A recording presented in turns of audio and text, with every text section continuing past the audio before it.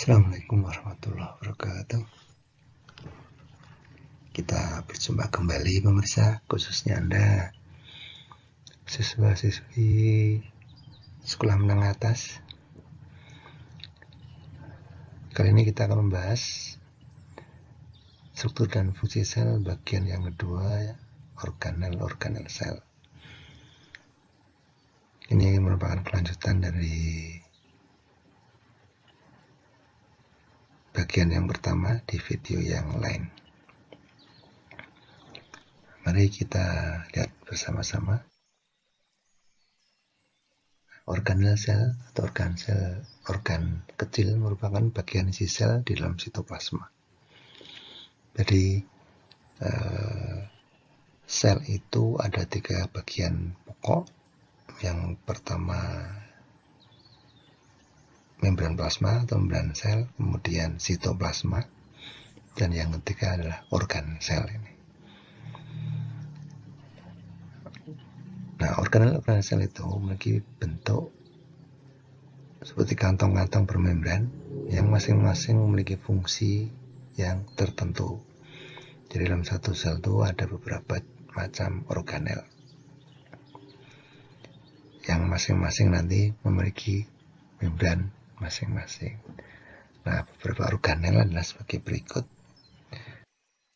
Pertama adalah inti sel atau nukleus. Nukleus ini merupakan organ terbesar dalam sel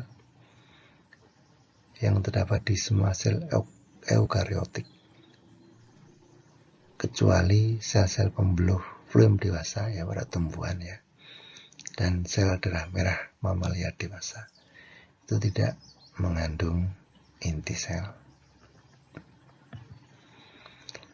Bentuknya umumnya bulat sehingga lonjong ya, dengan garis tengah kurang lebih 10 mikron sampai panjangnya 20 mikron.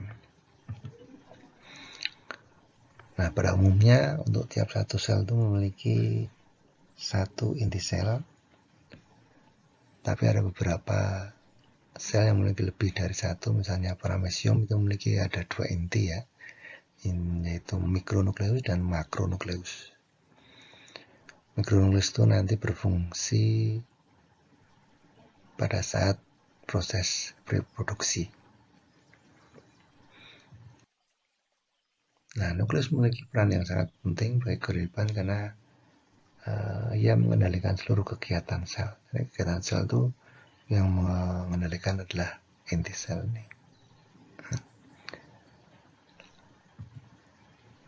Inti sel itu mengandung informasi genetik dalam bentuk DNA, deoksiribonukleik asid ya. Jadi itu suatu asam nukleat yang mengandung informasi genetik. Informasi genetik itu menentukan ciri-ciri yang dimiliki oleh suatu organisme. Nah, ini gambar dari inti sel yang umumnya adalah inti sel ya. Ini ada pori-porinya. Nah, pori-pori ini berfungsi untuk menghubungkan antara isi inti sel dengan sitoplasma. Di sini kan sitoplasma ini. Kemudian yang biru ini adalah retikulum endoplasma. Jadi membran inti sel itu di tempat tertentu berhubungan langsung dengan membran retikulum endoplasma. Di dalam inti sel ini ada kromatin nanti yang merupakan DNA tadi ya, ini adalah kromatin ini. Nah, di dalamnya ada anak inti di dalam inti sel itu.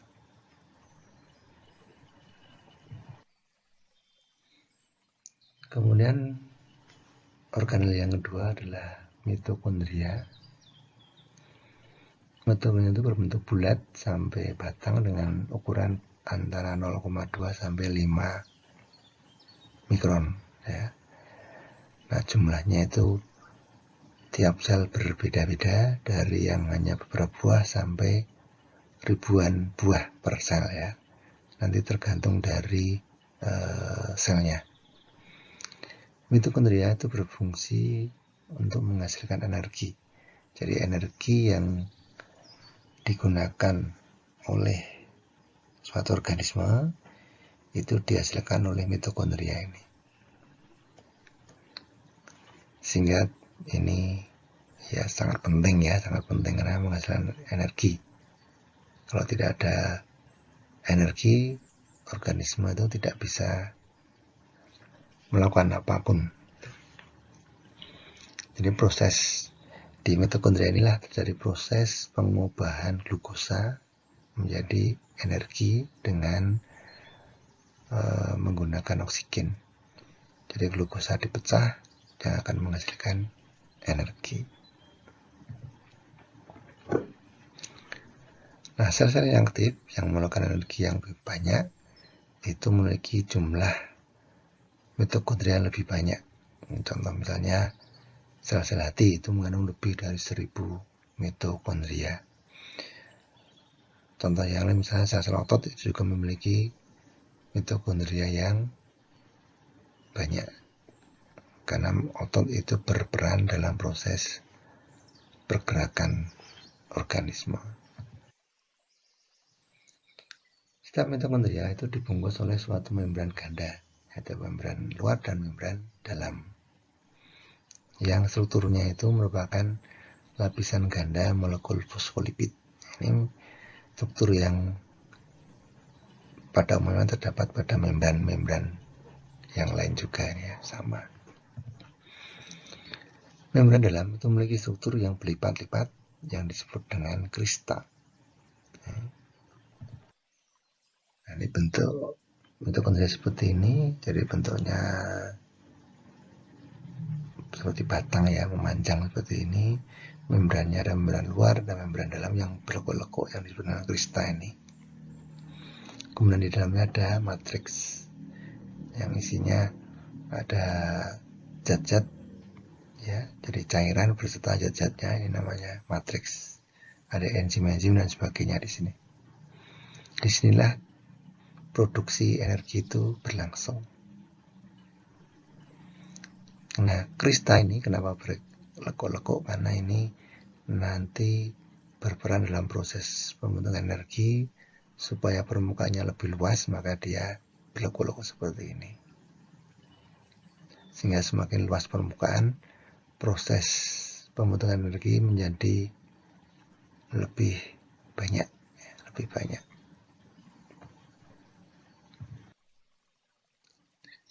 Organel yang ketiga yaitu ribosom. Ribosom merupakan struktur yang paling kecil ya, di antara organel-organel yang lain, dengan garis tengah itu kurang lebih 20 nanometer. Ini sangat kecil ya. Bentuknya bulat ya, ribosom itu bentuknya bulat. Ribosom mengandung RNA dan protein dengan perbandingan yang sama. Jadi asam nukleotnya dengan jenis RNA ya, ribonukleik asid. Kalau DNA tadi deoksiribonukleik asid. Kalau ini ribonukleik asid. Nah, ribosom itu berfungsi sebagai tempat pembuatan protein. Jadi protein itu dibentuk oleh ribosom ini. Nah, letak ribosom itu ada dua macam. Ada yang terikat pada retikulum endoplasma, ada yang bebas di sitoplasma. Jadi ada dua posisi ribosom di sel itu ya. Ada yang melekat pada retikulum endoplasma, ada yang bebas di sitoplasma. Nah, pada umumnya ribosom yang menempel pada retikulum endoplasma itu untuk mensintesis protein yang akan nanti diedarkan ke sel-sel yang lain ya, melalui dan badan Golgi. Jadi sedangkan yang di dalam sitoplasma itu berfungsi untuk mensintesis protein untuk keperluan di dalam sel sendiri. Itu jadi perbedaannya seperti itu.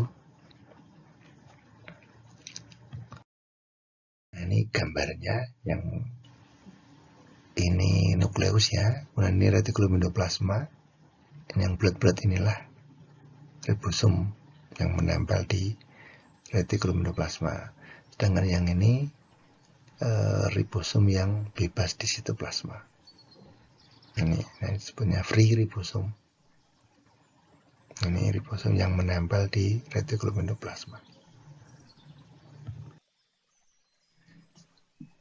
Kemudian organel yang keempat yaitu retikulum endoplasma (RE). RE merupakan sistem membran yang sangat luas ya di dalam sel, jadi sangat luas berada di sitoplasma itu,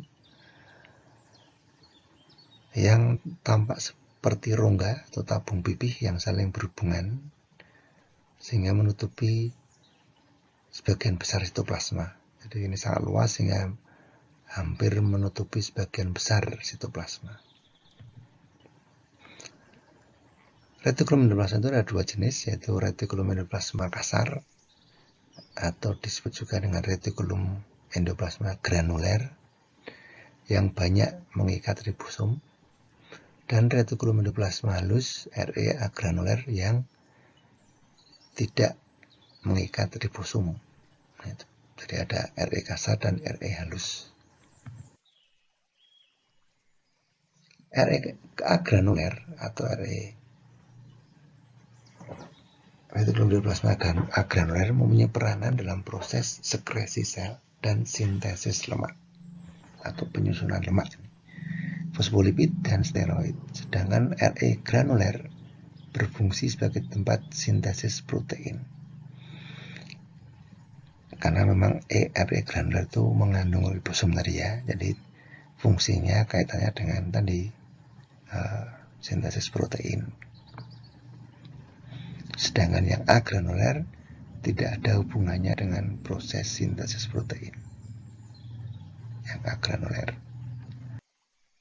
Ini bentuknya seperti ini. Yang umumnya adalah membran inti sel. Ini kemudian berhubungan langsung dengan membran RE. Membran RE ini yang kasar ya. Rough endoplasmic reticulum, ini yang kasar, yang ada ribosomnya. Sedangkan yang ini yang tidak mengandung ribosom, berarti retikulum endoplasma halus.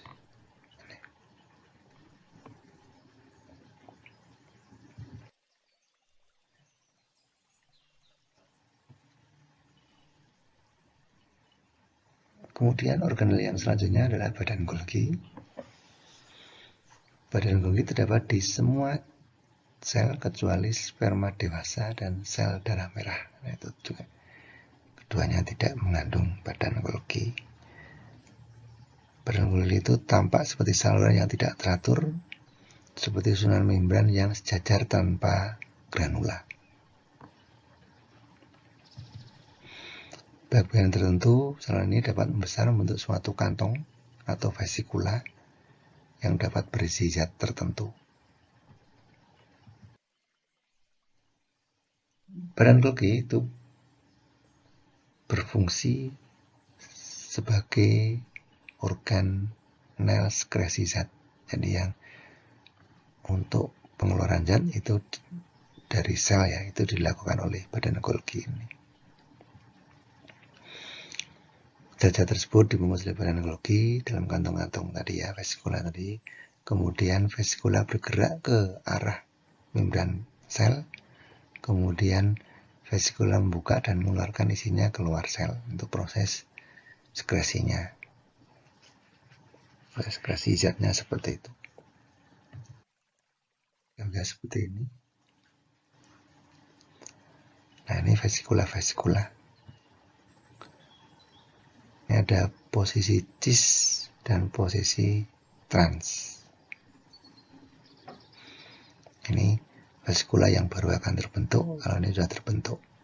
Jadi zat-zat akan diskresikan itu nanti akan masuk ke sini, kemudian terlepas dari badan Golgi, dari badan utama, kemudian membentuk vesikula seperti ini dan menuju ke membran sel. Yang di tengah ini lumen atau ruang ya, ruang badan Golginya seperti ini.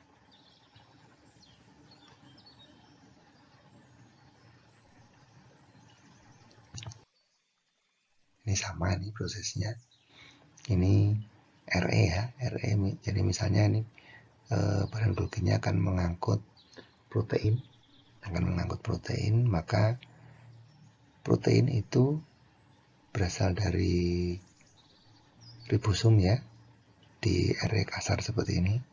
Kemudian bentuk vesikula masuk ke badan Golgi dari sisi cis, kemudian masuk ke dalam badan Golgi. Kemudian di sisi yang trans, ini sisi yang akan menuju ke membran plasma, membran sel ini sisi trans ya, dia akan membentuk vesikula yang baru yang di dalamnya sudah mengandung protein.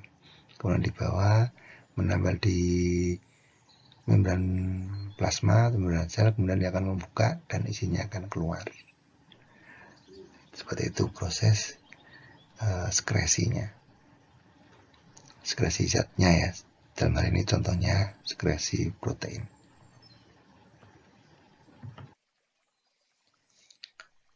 Organel yang berikutnya yaitu lisosom. Lisosom mengandung berbagai macam enzim yang mampu melakukan hidrolisis makromolekul, misalnya polisakarida, ini karbohidrat ya, ada lipid atau lemak, fosfolipid, asam nukleat, dan protein-protein di dalam sel. Jadi lisosom itu berperan dalam proses hidrolisis. Hidrolisis itu itu air, lisis itu pecah. Jadi berfungsi untuk memecah makromolekul, molekul yang ukuran besar, misalnya karbohidrat dan lain-lainnya ini di dalam sel dengan bantuan air, maka namanya hidrolisis. Nah, enzim-enzim hidrolitik tadi ya, yang berfungsi untuk hidrolisis makromolekul itu terdapat di dalam lisosom secara aman karena terlindungi oleh membran ya, membran lisosom. Seandainya enzim tersebut keluar dari lisosom, maka seluruh isi sel akan terhidrolisis semua tanpa terkecuali, sehingga sel itu nanti akan mati. Oleh karena itu lisosom ini sering disebut sebagai kantong pembunuh diri. Jadi sel-sel yang sudah tua itu nanti akan melakukan bunuh diri ya, dengan proses lisosom mengeluarkan enzim-enzim hidrolisis, sehingga selnya akan mati dan akan diganti oleh sel-sel yang baru. Seperti ini lisosom, ini sel ya, sel, ini mitokondria tadi, ini inti sel, ini lisosom.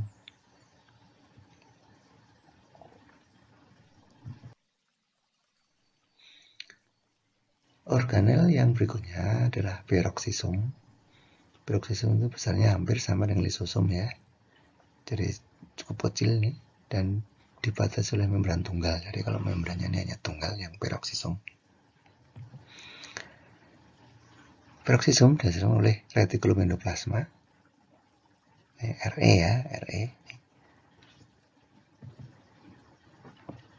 Peroksisom ini juga berisi enzim dan yang paling khas adalah enzim katalase. Yang paling khas di peroksisom ini. Nah, katalase ini berfungsi untuk merombak hidrogen peroksida. Maka namanya peroksisom ini ada ini, fungsinya untuk merombak hidrogen peroksida H2O2 menjadi air dan oksigen. Hidrogen peroksida ini bersifat racun ya, sehingga harus segera dihidrolisis supaya tidak mengganggu sel.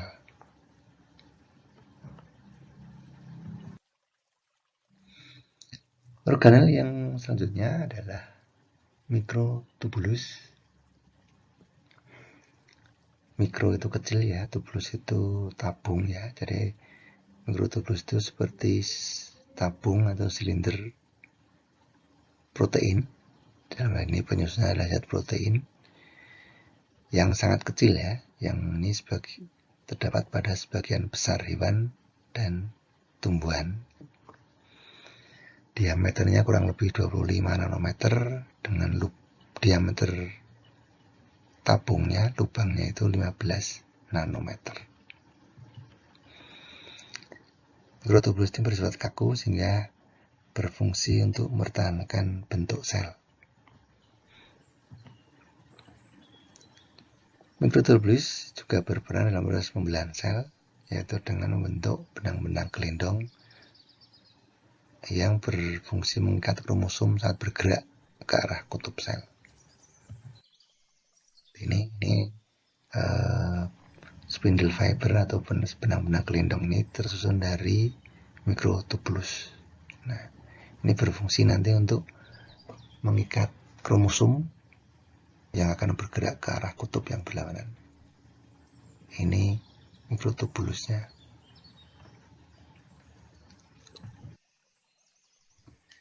Yang berikutnya adalah mikrofilamen. Mikro itu kecil, filamen itu ya benang ya, seperti benang. Jadi lebih kecil daripada mikrotubulus. Merupakan serat tipis panjang berdiameter 5-6 nanometer. Terdiri atas protein yang disebut aktin.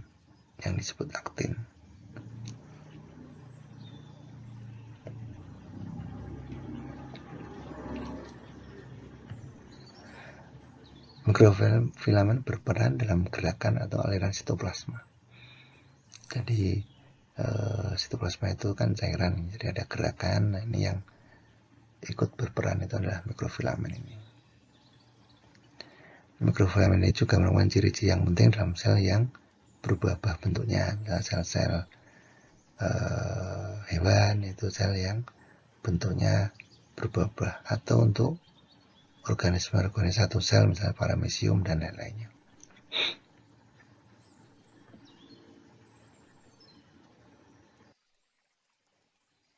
Baik, demikian pembahasan kita kali ini. Kita akan berjumpa dengan video yang lain dan pembahasan yang berbeda juga. Terima kasih atas perhatiannya. Assalamualaikum warahmatullahi wabarakatuh.